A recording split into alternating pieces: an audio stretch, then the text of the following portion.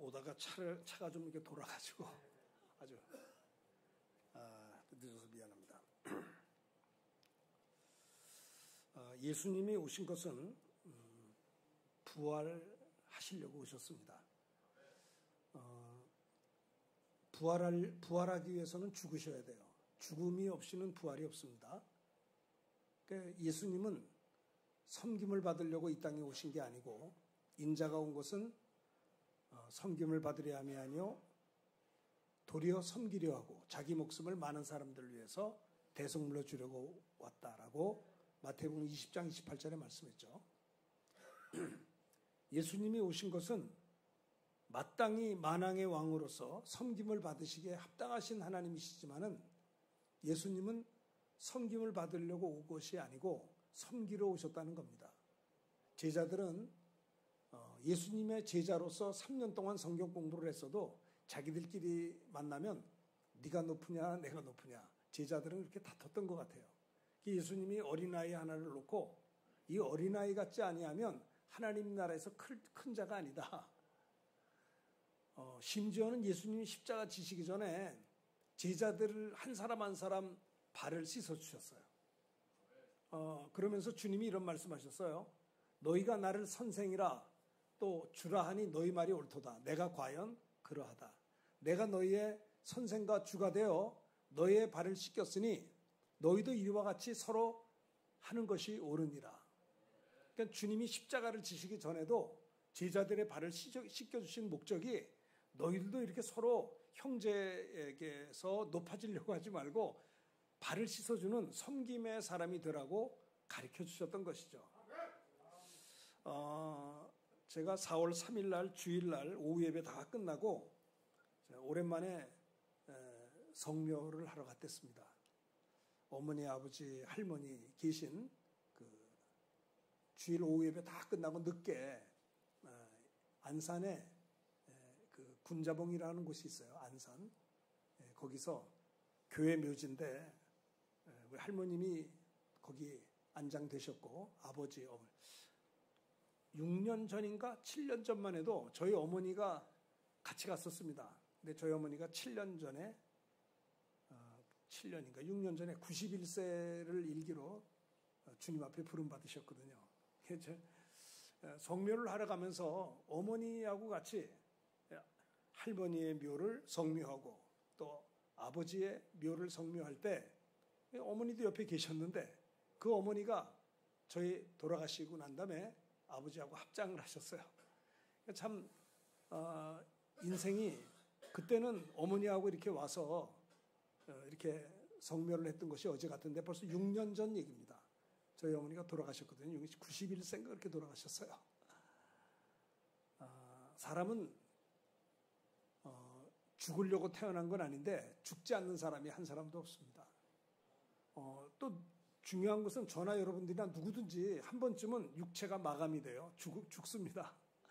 근데 죽는다는 것을 별로 생각하지 않는 것은, 죽음이라는 건 사실이지만 저와 여러분들은 그냥 안 죽을 것처럼 하고 살아요. 그냥 영원히 사는 것처럼 내가 왜 죽나 실감나지 않는 거죠. 태어난 거는 순서가 있지만 가는 거는 순서가 없는 것 같아요. 연로하신 어른들만 가는 게 아니라 젊은 사람도, 아니 아이들도 그 육체가 마감이 되는 게 얼마나 많은지 모릅니다. 한 번 죽는 것은 사람에게 정하신 것이고 그 후에는 심판이 있다라고 히브리서 9장 27절에는 말씀하고 있죠. 그럼 왜 우리가 죽어야 됩니까? 우리가 죽으려고 태어난 건 아닌데 우리 인간에게는 죽음이 없는 사람 다 누구든지 죽습니다. 왜 죽어야 됩니까? 죽음의 이유가 무엇입니까? 죽음의 원인이 뭐냐 이 말이에요. 성경은 그것을 이야기하고 있어요. 너희가 왜 죽느냐? 로마서 6장에 보면 죄의 값은 사망이라. 죄 때문에 죽음이 찾아온다라는 겁니다. 그럼 내가 언제 죄를 졌느냐? 저도 손자가 셋이 있습니다. 10살, 8살, 6살. 손자들을 보면요, 아기 때 보면은 천사처럼, 어린 아기 때 보면 죄가 없는 것 같이 보여요. 천사같이 보이고 그냥 이쁘기만 합니다. 그런데 저는 손자만 셋인데요, 이놈들이 지금 10살 뭐 이러지만 5살 뭐 3살 이럴 때 보니까 한 번도 가르쳐 준 적이 없는데 싸워요. 그리고 서로 뺏고 왜 그렇습니까? 아이들이 천사처럼 예쁘게 보여도 걔네들이 태어날 때 의인으로 태어나지 않았다라고 하는 증거입니다. 그죠? 그 과수원 하는 하시는 분들을 보면 이 묘목을 심잖아요. 묘목을 심어서 과수 농가에서 이제 여러 가지 열매를 맺어서 돈을 벌려고 과수원을 이렇게 하는 분들이 계십니다. 그런데 보통 과일수를 심은 다음에 한 4년 만에 열매를 맺는다고 그래요. 그러니까는 이게 처음 묘목을 심어서 4년 동안은 수입이 하나도 없어요. 그냥 심고 기다리는 겁니다. 근데 4년쯤 되면 그 과일이 나온다는 거예요. 배도 나오고 무도 나오고 복숭아도 나오고 4년 전에는 안 나옵니다. 어린 애기들도 1살, 2살 이럴 때 보면 죄의 열매가 없어요. 죄가 없을 것 같아요. 그런데 이 어린 아이들도 저와 여러분들처럼 의인으로 태어난 게 아니라 죄인으로 태어났습니다. 왜 우리가 죄인으로 태어납니까? 우리는 태어날 때부터 내가 선택하지 않았는데 태어나 보니까 나는 아담의 자손으로 태어난 것입니다. 내가 아담의 자손으로 태어나려고 노력한 적이 없어요. 그런데 태어나 보니까 저와 여러분들은 아담의 자손으로 왜냐하면 아담과 하와가 인간의 최초의 존재거든요. 아담과 하와가 선악을 알게 한 나무의 실과를 먹지 말라. 내가 먹는 날에는 정령 죽으리라 그랬거든요.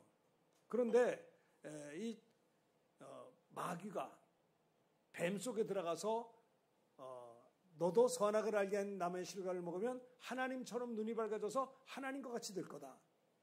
그러면 마귀가 도대체 누굽니까? 하나님이 마귀를 만들었나요? 뭐하러 그런 걸 만들어요? 골치 아프게. 마귀는 왜 마귀가 존재가 뭐냐면 천사가 타락한 게 마귀예요. 그럼 천사는 뭐냐?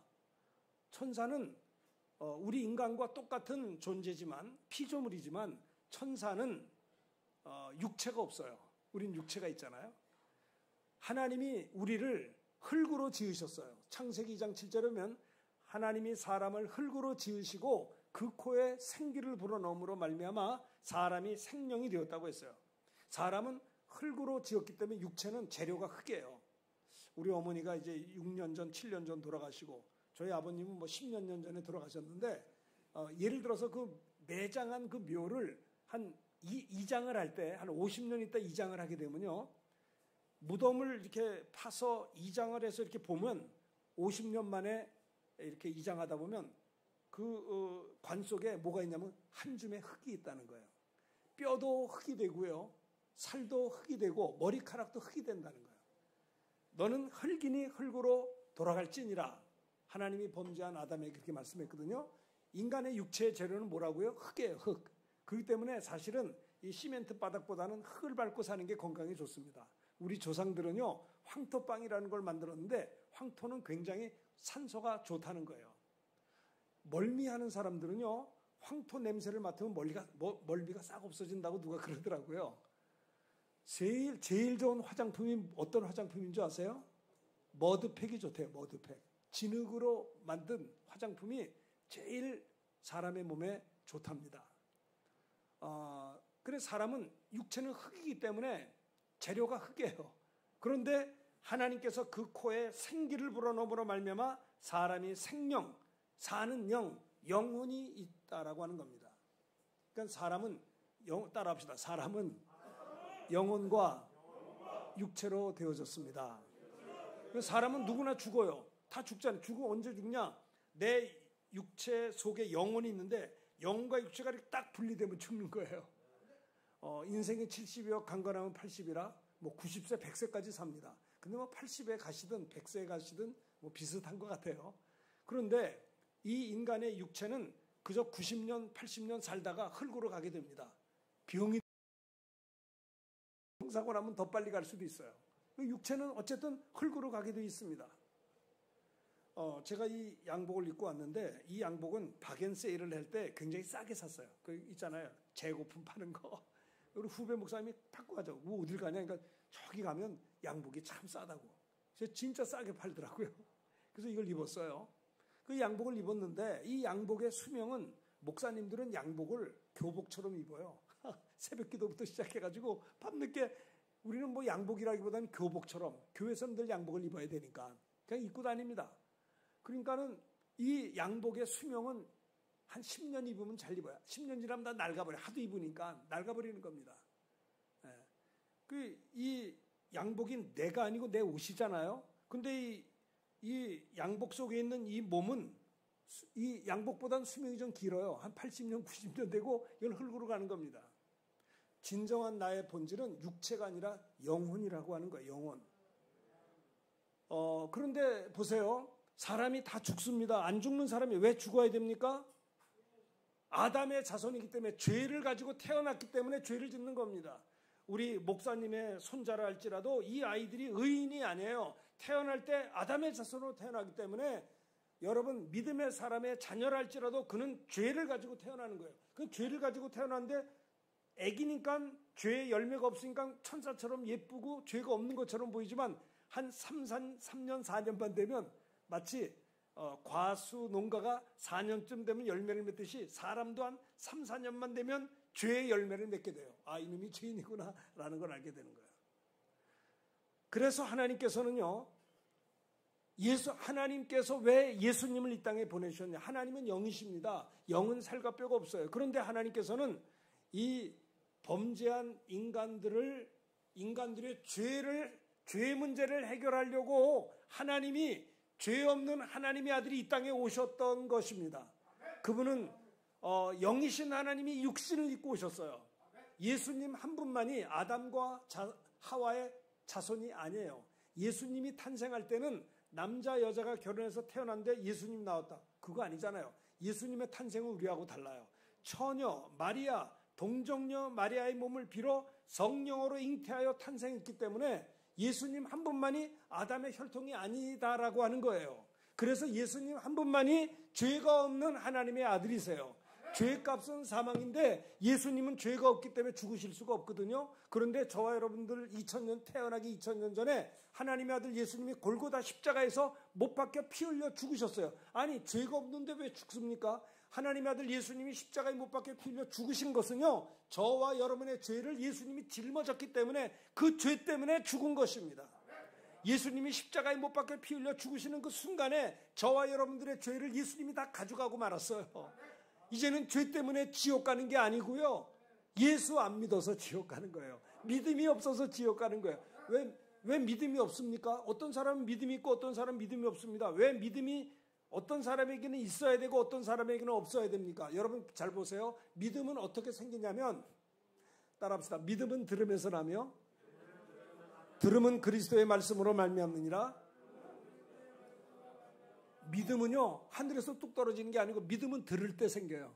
뭐를? 그리스도의 말씀을 들을 때, 하나님의 말씀을 들을 때 믿음이 생기게 되는 겁니다. 우리 가나안교회가 참 좋은 교회가 뭐냐면 새벽기도 하죠. 저녁 집회하죠. 여기서 많은 목사님들의 주회종들의 말씀을 들을 때, 그 말씀을 들을 때뿐이지 지나고 하면 다 잊어버려요. 그냥 지나갑니다. 여러분 보세요. 콩나물이 있어요. 콩을 가지고 콩나물을 만듭니다. 물을 줘요. 콩에 물을 주면 물이 쭉쭉 빠져나가요. 이래가지고 뭐 될까? 근데 물이 쭉 다 없어지는 것 같아도 계속 날마다 부지런히 콩에다 물 주고 하면 물은 다 없어지는데요, 줄기가 쭉쭉 자라요.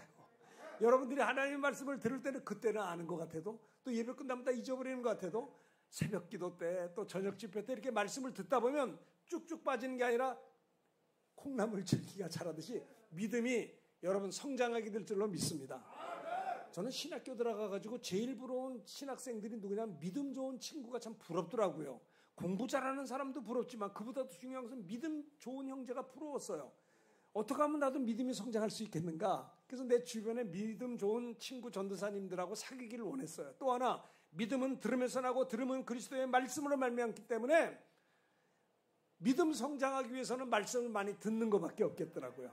그래서 제가 전도사 때도 우리 교회에서 저녁 예배하면 찬송인도 하는 전도사는 앞자리에 나와서 목사님 설교를 들을 자격이 있거든요. 그래서 우리 교회에서 저녁 예배 드릴 때 교육자들이 많아도 제가 앞에 나와서 막 찬송인도 했어요. 왜냐? 찬송인도 하고 나면 앞자리에서 목사님 설교를 직접 들을 수가 있는 거예요. 기왕에 듣는 거. 그 말씀을 사모했어요. 말씀을 듣다가 믿음이 성장하고, 말씀을 듣다가 성령이 임하고, 말씀을 듣다가 기도가 터지고, 말씀을 듣다가 죄 짓고 싶은 마음이 없어져요. 말씀을 듣다가 근심 걱정이 떠나가고, 말씀을 듣다가 병이 떠나가요. 말씀을 듣다가 악한 영이 떠나가더라 이 말이에요. 성령이 임하고요. 여러분, 그래서 이렇게 여러분들이 아침으로 새벽 기도 때 또 이렇게 저녁 집회 때 참석하시면서 이게 듣는 것이 이게 얼마나 큰 축복인지 몰라요. 여러분들이 믿음 성장할 수 있기를 주의 이름으로 축원합니다. 하나님이 우리를 보시는 건 믿음을 보세요. 우리들의 과거의 허물과 약점과 죄에 하나님의 관심이 있는 것이 아니라 너에게 예수를 믿는 믿음이 있느냐를 보시는 겁니다. 하나님이 우리를 사랑하셨어요. 사랑은 주는 거잖아요. 뺏는 게 아니잖아요. 나는 우리 어머니가 옛날에 양장점을 하셨어요. 요즘 양장점이 없잖아요. 저희 어머니는요, 개성에서 피난 오셨어. 아버지는 황해도 분이고, 피난 와서 참 우리 부모님들이 이북에서 145태 때 이제 피난 오셔가지고 영등포에서 우리가 70년을 살았어요. 근데 이북 사람들은 남쪽에 아는 사람들이 없으니까 피난 와서 모든 거 다 잃어버리고 아무것도 없이 피난 와서 손에 아무것도 없잖아요. 할 일이 없으니까 주로 시장에서 살았어요. 시장에서. 예?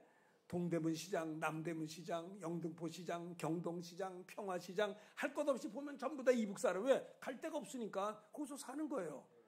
그래서 그들은 또 교회도 세우고 말이죠. 그래서 저희 어머니는 그러시더라고요. 왜들 돈 못 버는지 모르겠대요.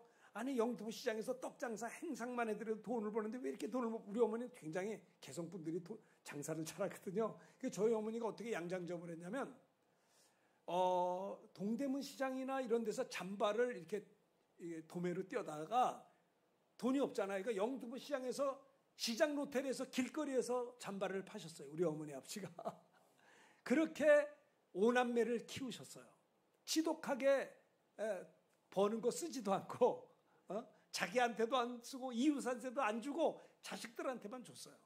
우리는 국민학교밖에 못 나와서 이렇게 살지만 너희들은 대학을 들어가서 우리들보다는 잘 살라. 그게 우리 부모님의 하나의 꿈이었어요.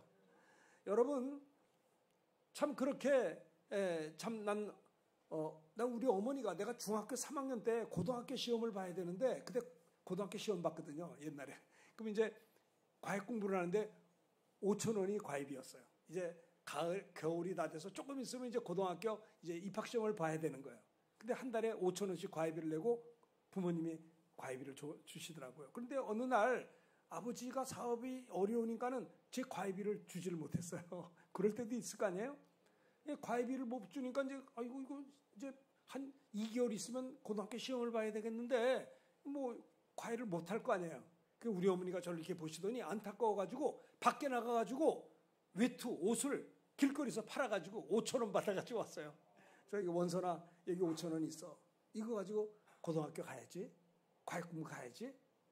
우리 어머니는요, 그 겨울 외투 없이 살았어요. 예? 어머니가 입고 다니는 제일 좋은 옷을 길거리에서 팔았다니. 옛날엔 길에서 팔면 또 사기도 했나 봐요. 그래서 5,000원 받아가지고 저에게 5,000원 주셨어요. 내가 그 어머니의 사랑을 받았어요. 우리 어머니는 국민학교밖에 안 나오신 분이에요. 아버지도 마찬가지고. 그러니까 너희들만큼은 제대로 좀 공부해서 좀 제대로 살아봐라. 여러분, 사랑은 주는 겁니다. 사랑은 뺏는 게 아니에요. 예? 사랑은 주는 거예요. 하나님이 저와 여러분을 사랑하신 것을 믿으시기를 바랍니다. 하나님은 우리를 사랑하시되 말로만 사랑하지 않고요. 하나님이 저와 여러분들을 이처럼 사랑하사 어떻게 해요? 독생자를 주셨습니다. 하나님의 사랑이 뭐냐면 저와 여러분들을 위해서 하나님 아버지 품속에 계신 독생하신 하나님을 이 땅에 보내준 것이 하나님의 사랑이에요. 그날이 크리스마스예요. 그 예수님 왜 보내주셨어요? 예수님을 보내주신 것은 누구든지 예수를 믿기만 하면 멸망치 않고 영생을 얻게 하는 겁니다. 하나님이 우리에게 주려고 하는 7, 80년, 90년, 100년 요 정도가 아니고 하나님이 저와 여러분들에게 예수님을 보내신 목적은 예수 믿고 멸망치 않고 영생 얻으라는 겁니다. 여러분 생각해 보세요. 인생은 나그네 인생이에요. 밤에 잠을 자면 뭐 어제나 오늘이나 별반 다른 게 없어요. 새벽부터 밤까지 이렇게 뛰고 지나다 보면 한 주간 지나가요. 벌써 또 주일이 되고 이 한 주간 나그네 인생을 살아갑니다. 여러분, 내가 육체가 있을 때 예수 믿어야지 육체가 마감되면 기회는 없어요. 일생을 강도짓하고 나쁜 짓 하다가 예수님 옆에 십자가에 못 박혀 달린 우편 강도도 같이 그는 죄를 짓고 십자가에 달려 죽어가고 있었어요. 예수님은 아무 죄가 없는데 저와 여러분들의 죄를 짊고 십자가에 피 흘려 돌아가시고 계셨어요. 그때 우편의 오른쪽 강도가 말합니다. 주여, 당신의 나라 임할 때 나를 기억해 주십시오. 나 같은 사람도 구원받을 수 있나요? 그런 뜻입니다. 그때 예수님은 뭐라고 그랬어요? 오늘 내가 나와 함께 낙원에 있으리라. 예수님은요, 지난날 평생 강도짓을 그 흉악범의 과거에 관심 있는 것이 아니라 내 모습이대로 주님 앞에 나와서 도움을 요청하는 그 사람을 외면하지 아니하고 오늘 내가 나와 함께 낙원에 있으리라. 여러분, 저는요, 목사기 때문에 임종 직전의 사람들을 많이 만나서 신방할 때가 있습니다. 어떤 그 여자 집사님이 저희 아버지가 이제 암 말기여서 의사 선생님이 이제 며칠 못 산다고 합니다. 목사님 오셔서 예배 한번 드려주세요. 우리 아버지 예수도 믿지 않습니다. 교회 나간 적도 한 번도 없습니다. 평생 우리를 위해서 고생하신 아버지인데 이렇게 이제 말기암으로 되어서 의사 선생님이 이제 가망이 없다는 거예요. 이제 곧 돌아가신다는 거예요. 그래서 그분 어떡할까요? 오셔서 예배를 드려달라는 거예요. 그 예배를 드리러 갔어요. 갔는데 어르신이 이렇게 누워 계세요. 그 이제 이렇게 몸이 아파서 돌아가시는 분들이 귀도 잘 들리지 않는 것 같아요. 또 반응도 별로 없어요. 한 번도 교회 나온 적이 없는 분이에요. 와, 이런 분에게 복음을 전하려고 하는데 길게 설교도 못해요. 몸이 힘든 분한테 길게 말도 못하잖아요. 그리고 내가 크게 소리를 지르면서 전도를 해야 될 판이에요. 이 복음을 쫙 전했어요. 예수 믿어야 된다고 이제 복음을 전하고 난 다음에 제가 이제 다 같이 우리 주기도문하고 예배를 마치겠습니다라고 하는데 그 여집사님이 목사님, 그래서 왜요? 우리 아버지 신앙 고백 한번 시켜주셔야죠. 근데 제가 왜 신앙 고백을 안 시켰냐면 내가 신앙 고백할 때 별 반응이 없을 것 같은 느낌이 들어가지고 안 했거든요. 너무 반응이 없는 거예요. 그런데 그 딸은 안타까운 거예요. 마음으로 믿어 의에 이르고 입으로 시인해서 구원받는데 우리 아버지가 처음 복음 들었는데 한번 신앙 고백하고 가셔야 되지 않겠냐는 거예요.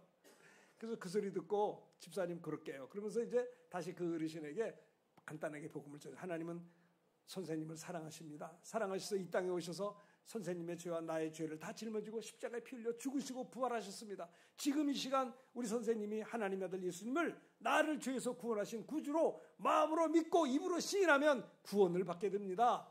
그래서 지금 이 시간 하나님의 아들 예수님을 내 구주로 마음으로 믿을 뿐만 아니라 입으로 고백해야 됩니다. 주 예수님, 주 예수님, 나는 주님을 믿고 싶습니다.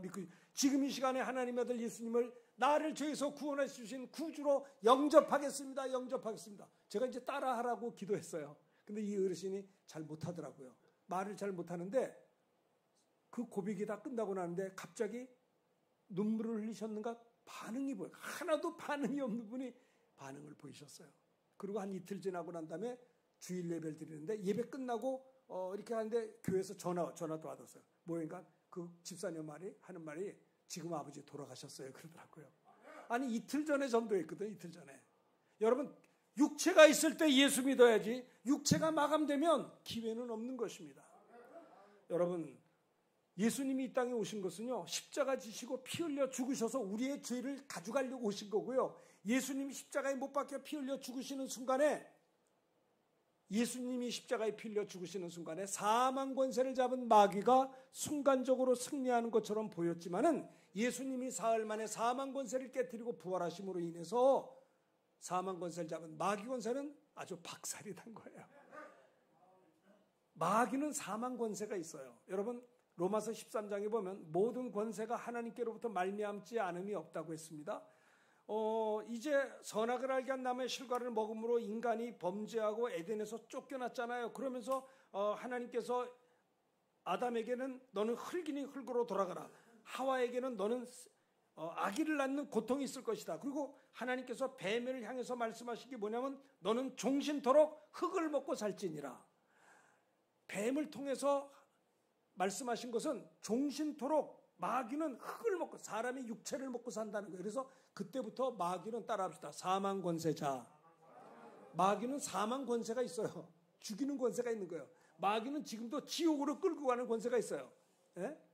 마귀는요 예수님을 그 당시의 종교 지도자, 대제사장들, 장로들, 무리들을 선동하여서 예수를 십자가에 못 박아 죽이라고 소리를 질러. 여러분 보세요.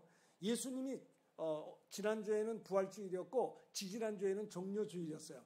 예수님이 예루살렘에 입성하실 때 많은 사람들이 기뻐서 호산나 다윗의 자손이여 높은 곳에서 호산나 우리를 구원해달라고 종려나무 가지를 들고 주님을 환영했어요. 왜 그런 줄 아세요? 이스라엘 백성들은 예수님이 예루살렘에 들어왔을 때 우리를 구원한다고 생각했어요. 우리 민족을 식민지에서 자유롭게 해준다고 생각했어요. 여러분, 식민지는 불쌍해요.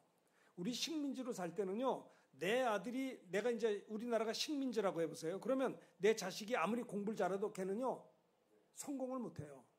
취직도 못해요. 아니, 식민지 아이들은 키워주죠. 군대를 가도 진급도 되지 않아요. 그게 식민지예요. 식민지는 비참하게 사는 거예요. 그런데 유대인들이 로마의 식민지로 살면서 비참하게 살았거든요. 그냥 밥이나 먹고 잠이나 자고 이러고 살았던 거예요. 그렇게 사니까 너무 괴로웠던 거예요. 사람 취급을 받지 못해요. 그러니까는 우리를 구원하실 메시아가 오기를 기다렸어요. 그래서 예수님을 환영했던 거예요. 나귀 새끼를 타고 오는 예수님을 향해서 우리를 구원해달라고 환호성 치고, 왜? 예수님이 능력 있잖아요. 막 바람을 꾸짖어 잠잠시키고 귀신을 쫓아내고 말이죠. 예수님은 바람과 풍랑을 잔잔시키게 하시고 물이 포도주가 되게 하시고 물고기도 보리떡다 5,000명, 능력 있는 예수님이 오셔서 우리를 해방시켜 줄 줄 알았단 말이에요. 그런데 예수님이 뭐라고 그래요? 예수님이 예루살렘에 입성하셔서 성전을 청결케 하시고 또 겟세마네 동산을 기도하시고 그 다음에 뭐 했어요? 예수님이요, 예수님을 체포하러 오는 사람들이 있었어요. 예수님을 체포하는데 베드로가 화가 나서 칼을 빼가지고 말고의 귀를 잘라버렸어요. 그러니까는 참 누굽니까? 베드로를 칼도 잘 써. 어떻게 칼을 빼가지고 사람의 귀를 쳤는데 귀가 잘라져 버렸어요. 예수님이 그 귀를 붙여주시면서 검을 쓴 자는 검으로 망하느니라. 예수님 말씀하셨어요. 지금 예수님을 잡으려고 온 사람들을 향해서 지금 내가 이 시간 12영이나 되는 천사를 동원해서 저들을 다 멸할 수도 있지만, 그렇게 된다면 이 일이 이루어지겠다라고 하는 하나님의 뜻이 어찌 이루어지겠느냐. 그러니까 예수님이 힘이 없어서 체포당하시고 십자가에 끌려간 게 아니다라는 거예요. 예수님은 전능하신 하나님이기 때문에 천사를 동원해서 예수님을 체포하고 죽이려고 온 자들을 천사들을 통해서 다 멸해버릴 수 있는데, 만약에 멸해버린다고 한다면 우리는 구원 못 받는 거예요. 예수님이 오신 것은 십자가 지시고 피 흘려 그 피로 우리 죄를 씻으려고 오셨는데, 그렇잖아요. 그래서 지금은 너희의 때여 너희의 날이니라. 그때 예수님이 붙들려서 십자가를 지고 가신 거예요. 힘없이 끌려가니까 제자들은 다 도망갔어요. 그리고 무리들이 보니까 너무 기가 막히거든요. 저 능력 있는 예수님이 힘없이 체포당해서 채찍에 맞으시고 질질 끌려가고 십자가를 짊어지고 골고다를 향해 가는 것을 볼 때 법정에 섰는데 이들은 분노하게 된 거예요. 배신감을 느낀 거예요. 우리를 구원하실 구세주인 줄 알았는데, 아니 힘없이 십자가를 지는 걸 보고 빌라도가 말합니다. 여러분들이요, 이 죄인 바라바를 놓아줍니까? 아니면 예수를 놓아줍니까? 그러니까 무리들이 갑자기 배신감을, 저 예수를 십자가에 못 박아 죽이라고 소리를 질렀어요. 그러니까는 빌라도가 정치인이니까 사람들에게 인기를 끌려고, 그럼 내가 그렇게 하겠다 한 것이에요. 예수님은요, 하나님의 뜻을 이루려고 오셨다는 겁니다. 예수님이, 그러니까 마귀가 사망 권세를 가지고 종교 지도자, 대상, 장로들을 충동해가지고 예수님을 십자가에 못 박아 죽였지만은, 예수님이 십자가에 못 박혀 피 흘려 죽으시는 그 순간에 사망 권세를 잡은 마귀가 순간적으로 승리하는 것처럼 보였지만은, 예수님이 사흘 만에 사망 권세 깨트리고 부활하심으로 말미암아 사망 권세를 잡은 마귀 권세는 진멸됐다라는 거예요. 창세기 3장 15절에 여자의 후손이 뱀의 머리를 상하게 하겠다는 말씀이 이루어진 거예요. 예수님이 왜 오셨어요? 십자가를 지시고 죽으시려고 부활하려고. 예수님이 오신 것은 육체를 입고 하여 피 흘려 죽으셔서 우리 죄를 사하여 주시고 부활하셔야 마귀를 진멸하는 거예요. 그러니까 예수님이 십자가에서 죽으시고 부활하면 모든 게 끝난 거예요. 부활의 주님이 사랑하는 제자들에게 찾아가 주셨어요. 제자들은요, 밖에 나가지도 못하고 예수님이 십자가 달려 죽으신 다음에는 문 닫고 숨어 있었어요. 무서움에 떨었어요. 예수님을 잡아 죽였으니 예수님의 제자들도 이제 분명히 뭔 일이 생기겠다 싶어가지고 이 제자들은 무서워서 밖에도 못 나오고 문을 닫고 유대인들을 두려워하고 숨어 있는데, 부활의 주님이 그들에게 찾아가 주셨어요. 너희들에게 평강이 있을지어다. 왜 걱정하느냐? 나를 봐라. 내가 부활했느니라. 부활의 주님이 제자들에게 찾아가 주시고요. 옛날로 돌아가서 물고기 잡으러 간 베드로를 비롯한 제자들에게 찾아가서 요한의 아들 시몬아, 내가 날 사랑하느냐? 그 무슨 말이에요? 너 나 사랑하냐? 이 말은요, 나는 너 지금도 사랑한다는 뜻이에요. 예수님은 제자들을 사랑하시되 끝까지 사랑해 주셨어요. 여러분, 주님은 여러분들을 사랑하시되 끝까지, 아니 세상 끝날까지 함께 하시는 것을 믿으시기를 축원합니다. 만약에 주님이 저를 오래 참고 끝까지 사랑해 주지 않았더라면 저는 구원 못 받았을 거예요. 주님은 저를 기다려주고 끝까지 사랑하시고 끝까지 사랑했기 때문에 여기 서 있는 거예요. 주님의 사랑은 영원한 것입니다. 하나님이 택한 백성들은 끝까지 붙잡아 주신다는 것을 믿으시길 바랍니다. 여러분들 아무나 예수 믿는 게 아니에요. 성령 충만한 사도들이 나아가서 복음을 전했지만 누가 이 예수 믿었냐? 따라합시다. 영생을 주시기로 작정된 자들은 다 믿더라. 복음을 똑같이 들었어도요, 아무나 예수 믿는 것이 아니라 성령 충만한 사도들이 나가서 복음을 전할 때 영생을 주시기로 작정된 자들이 믿었다는 겁니다. 여기 앉아 계신 분 아무나 앉아 계시는 게 아니에요. 영생을 주시기로 작정된 분들이 때가 돼서 가나안교회 부름받아서 함께 신앙생활하는 줄을 믿으시기를 축원합니다. 여러분, 인생은 간단해요. 이렇게 살다가 우리는 언젠가는 앞서거니 뒤서거니 나그네 인생 가는 겁니다. 육체가 있을 때 회개하고 육체가 있을 때 예수님을 내 구주로 마음으로 믿고 입으로 시인해서 하나님의 자녀된 권세가 우리가 소유해야 될 줄로 믿습니다. 그리고 하나님의 자녀가 된다면 믿음 성장을 위해서 말씀을 많이 들으셔야 돼요. 자, 보세요. 부활하신 주님이 이제 하늘로 승천하기 이제 되는 겁니다. 근데 보세요. 예수님이 부활의 주님이 승천하려고 하시는데 제자들은 그걸 이해를 못해요. 자꾸 하늘로 올라간다고 하니까, 부활의 주님이 올라간다고 하니까는 그들은 쓸쓸하게 생각해요. 그러니까 주님이 말씀하면 내가 너희를 고와 같이 버려두지 아니하고 조금 있으면 너희가 나를 보지 못할 터이라 되 조금 있으면 너희가 나를 보리니 이는 내가 살았고 너희도 살겠습니다. 너희는 마음에 근심 좀 하지 말라. 하나님을 믿으니 또 나를 믿으라. 내 아버지 집에 거할 곳이 많도다. 내가 가서 처소를 예비하러 가노니 가서 처소를 예비하면 나 있는 곳에 너희도 있게 하리라 해도 무슨 말인지를 이해를 못해요. 주님이 또 말합니다. 내가 길이요 진리요 생명이니 나로 말미암지 않고는 아버지께로 올 자가 없다. 계속 부활의 주님이 부활하고 바로 승천하지 않고 40일 동안 계신 다음에 부활의 주님이 승천했거든요. 왜 40일을 계셨느냐? 40일 동안 부활의 주님이 제자들과 함께 있었던 이유는 뭐냐면 주님이 승천하실 이유에 대해서 말씀하는 거예요. 주님은 말씀합니다. 내가 너에게 실상을 말하노니, 잘 들으세요. 내가 떠나가는 것이 너에게 유익이다. 내가 떠나가지 않으면 보혜사가 오지 않을 것이요 내가 승천하면 아버지께 성령을 받아 너에게 보낼 것이다. 성령이 너에게 임해야 된다는 거예요. 자, 드디어 부활의 주님이 부활한 지 40일째 되던 날에 감람산에서 사도들과 무리들과 함께 모여서 오늘 목사님이 대독해 주신 사도행전 1장 4절의 말씀을 보면요, 사도와 함께 모이사 그들에게 분부하여 말씀하기를 저는 이런 생각해요. 부활절을 맞이해서 제가 이제 목회한 지가 오래돼요. 43년 됐어요 벌써.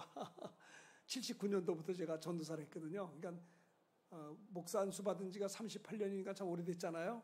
그런데 부활절 설교를 목사님 내가 얼마나 많이 했겠어요. 해마다. 이번 주에 부활주에는 무슨 설교를 할까 생각해 봤어요. 부활절이 무슨 의미가 있는가? 우리를 위해 죽으시고 부활하신 주님, 그리고 부활의 주님이 우리에게 원하는 것은 무엇일까? 잘 들어보세요. 이제 곧 설교가 끝납니다. 부활하신 주님이 저와 여러분에게 무엇을 요구하실까요? 주님이 요구하시는 것은요, 부활해 주신 주님이 승천하시면서 최후로 제자들에게 분부한 말씀이 있는데, 내가 승천한다고 너희는 흩어지지 마라. 예루살렘을 떠나지 말고 교회를 떠나지 말고 내게 들은 바 아버지의 약속하신 것을 기다리라. 그러면 몇 날이 못되어 성령 세례를 받게 된다라는 거예요. 내가 승천하는 것은 뭐예요? 너희들에게 성령을 부어주겠다는 거예요. 그런데 동문서답을 해요. 너희가 내가 승천한다고 눈에 안 보인다고 흩어지지 말고 예루살렘을 떠나지 말고 아버지의 약속하신 것을 기다리면 몇 날이 못되어 성령 세례를 받으리라고 했는데, 동문서답이요. 이스라엘 나라를 회복하심이 지금입니까? 그거는 제자들은요, 하나님 나라보다는 이스라엘 나라를 회복하는 데 관심이 많아요. 참 식민지를 너무 오래 가지고. 그거는 너희의 알 바 아니요, 아버지의 권한에 두셨으니 안타까운 마음으로 높아심을 가지고 승천하시기 바로 직전에 우리 주님이 하신 말씀은 제자들아 오직 성령이 내게 임해야 된다. 성령이 임하면 권능을 받아서 땅끝까지 부활의 증인이 된다 말씀하고 하늘로 승천한 거예요. 하늘로 올라가시는 거예요. 와, 올라가시네. 천사들이 나타났어요. 갈릴리 사람들아 너희가 예수를 바라보느냐? 너희가 본 그대로 다시 오시리라 그랬어요. 주님은 이제 완전히 하늘로 승천해서 눈에 뵈지가 않아요. 그런데 그들은요 눈에 보이지 않지만 예루살렘을 떠나지 아니하고 약속하신 성령 세례를 받기 위해서 그들이 자주 갔던 마가의 다락방에 가서 모여서 기다리며 기도했어요. 뭐려? 아버지의 약속하신 성령 세례를 받기를 기다리며 기도하다가 드디어 주님이 승천하신 지 열흘째 되던 날에 오순절 날에 부활의 주님이 약속하신 그 성령 세례가 하늘의 불의 혀같이 갈라지는 걸 눈으로 보는 거예요. 바람 같은 소리가 귀에 들리는 거예요. 그리고 성령께서 각 사람에게 한 사람 한 사람에게 성령이 충만히 임하심으로 말미암아 그들이 성령이 말하게 하심을 따라 다른 언어들로 말하기를 시작했던 거예요. 부활의 주님이 최후 분부하신 말씀이 뭐예요? 너희는 내가 승천한다고 흩어지지 마라.